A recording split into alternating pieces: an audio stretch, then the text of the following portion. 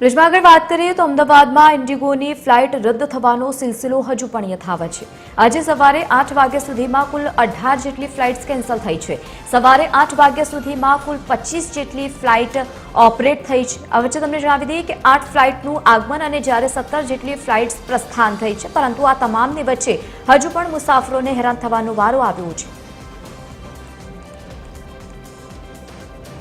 તો અમદાવાદમાં ઇન્ડિગોની ફ્લાઇટ રદ થવાનો સિલસિલો હજુ પણ યથાવત છે। આજે સવારે 8 વાગ્યા સુધીમાં કુલ 18 ફ્લાઇટ્સ કેન્સલ થઈ છે, પરંતુ આ વચ્ચે 8 વાગ્યા સુધીમાં 25 જેટલી ફ્લાઇટ ઓપરેટ પણ કરવામાં આવી છે। બીજી તરફ 17 જેટલી ફ્લાઇટ્સ છે પ્રસ્થાન થયું છે અને બીજી તરફ અનેક એવી ફ્લાઇટ્સ છે જે કેન્સલ થતા મુસાફરો ફરી એકવાર હેરાન પરેશાન થયા છે।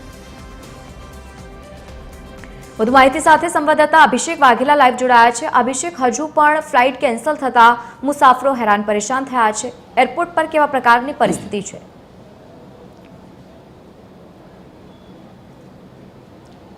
બિલકુલ લવલીન, વાત કરીએ તો જે પ્રકારે ઇન્ડિગોનું સંકટ જે છે તે યથાવત જોવા મળી રહ્યું છે। સતત ફ્લાઇટો જે છે તે ડિલે થઈ રહી છે અને રદ થતી હોય તે પ્રકારના સમાચાર છેલ્લા 9 દિવસથી સામે આવી રહ્યા છે। આજે પણ જે ફ્લાઇટો રદ થવાના સમાચાર જે છે તે સામે આવી રહ્યા છે। આજની જ્યારે વાત કરીએ તો મારી પાછળનું આપણે દ્રશ્યો બતાવવા માંગીશ કે જોઈ શકાય છે કે અમદાવાદ એરપોર્ટ પરના આ દ્રશ્ય છે કે જ્યાં ઇન્ડિગો એરલાઇન્સને જે સંકટના કારણે આજે પણ કેટલીક ફ્લાઇટો જે છે તેના ઓપરેટ ઉપર જે છે તે મોટી અસર જોવા મળી રહી છે। ખાસ કરીને આજે સવારે 8 વાગ્યા સુધી જ્યારે આપણે વાત કરીએ તો 8 વાગ્યા સુધીમાં 18 જેટલી ફ્લાઇટ જે છે તે કેન્સલ થઈ છે કે જેમાં 9 ફ્લાઇટ આવવાની હતી અને 9 ફ્લાઇટ જવાની હતી। ટોટલ 18 ફ્લાઇટ જે છે તેના પર સીધી અસર જોવા મળી રહી છે। સાથે સાથે જે પ્રકારે કેન્સલેશન થયું છે તેની સામેની વાત કરીએ, જે પ્રકારે ઓપરેટ થઈ છે તે ફ્લાઇટની વાત કરવામાં આવે તો આ સવારે 8 વાગ્યા સુધીમાં ટોટલ 25 જેટલી ફ્લાઇટ જે છે તેનું ઓપરેટ થયું છે, જેમાં બહારથી 8 જેટલી ફ્લાઇટ આવી છે અને અહીંથી પ્રસ્થાન જેટલી એટલે કે 17 જેટલી ફ્લાઇટ જે છે તે ઉપડી છે। એટલે કે લવલી, સૌથી મહત્વનું કહી શકાય કે જે પ્રકારે અત્યારે હાર ઇન્ડિગોમાં જે પ્રકારનું ક્રાઇસિસ ચાલી રહ્યું છે અને તેના કારણે તેને લાખો મુસાફરો જે છે તે ક્યાંક હાલાકી ભોગવતા હોય તે પ્રકારનું જોવા મળી રહ્યું છે। સાથે સાથે જે પ્રકારે હાલાકી પડી રહી હતી અમદાવાદની વાત કરવામાં આવે તો અમદાવાદના એરપોર્ટ ઉપર પણ 2 દિવસ પહેલાં મુસાફરોની ક્યાંક ધીરજ ખૂટી હોય તે પ્રકારના દ્રશ્યો જોવા મળ્યા હતા।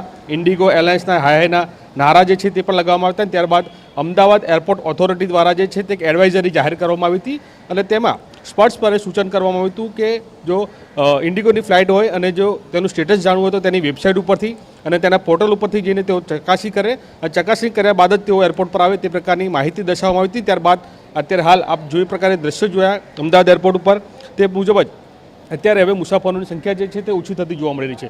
પરંતુ જ્યારે આ એડવાઇઝરી જાહેર નથી કરી તે પહેલાંની વાત કરીએ તો અમદાવાદમાં મુસાફરોનું ટોળું જે છે તે જોવા મળી રહ્યું હતું, કેમ કે અત્યાર સુધીની જ્યારે આપણે વાત કરીએ તો 350 થી 400 જેટલી ફ્લાઇટો જે છે તે અમદાવાદ ઉપરથી જતા આવતા રદ થઈ હોય તે પ્રકારની માહિતી મળી હતી। તેના કારણે તેને હજારો મુસાફરો જે છે તે પણ અટકાયા હતા। તેમના લગેજની વાત કરવામાં આવે તો તેમનું લગેજ જે છે તે પણ ક્યાંક મિસિંગ હોય તે પ્રકારનું જોવા મળતું અને તેને લઈને પણ પેસેન્જરો દ્વારા હોબાળો કરવામાં આવ્યો હતો। પરંતુ સૌથી મહત્વપૂર્ણ છે જે પ્રકારે અત્યારે હાલ ઇન્ડિગોમાં ક્રાઇસિસ ચાલી રહ્યા છે અને તેના કારણે થઈને તેની ફ્લાઇટો જે ડિલે થઈ રહી છે, રદ થઈ રહી છે અને તેની બહારે પશ્ચિમ રેલવે જે છે તે આવ્યું હતું। પશ્ચિમ રેલવે દ્વારા પણ એક કાઉન્ટર છે તેનું વિશેષ મૂકવામાં આવ્યું હતું અમદાવાદ એરપોર્ટ ઉપર અને ત્યારબાદ કેટલાક મુસાફરો જે છે તે રેલના માધ્યમથી પણ પોતાના જે ગંતવ્ય સ્થાન એટલે કે નિવાસ સ્થાન જે છે અને નોકરીનું જે સ્થળ છે ત્યાં પહોંચવા માટે પણ તેઓ મજબૂર બન્યા હતા। એટલે કે જે ક્રાઇસિસ જે છે તે હજુ પણ યથાવત જોવા મળી રહ્યું છે અને આગામી સમયમાં હજુ પણ ઇન્ડિગો એરલાઇન્સની જે ફ્લાઇટો જે છે તે રદ થવાના થોડા દિવસો હજુ પણ સમાચાર મળશે તે પ્રકારની માહિતી પણ જે છે તે હાલ મળી રહી છે।